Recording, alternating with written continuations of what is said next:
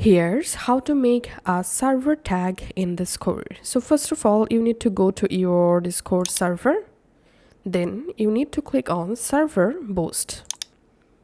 In here, you have to select server tag, enable tree boost. Now just click on continue and follow on screen instructions to boost your server to tree boost. And then you will be able to add the server tag.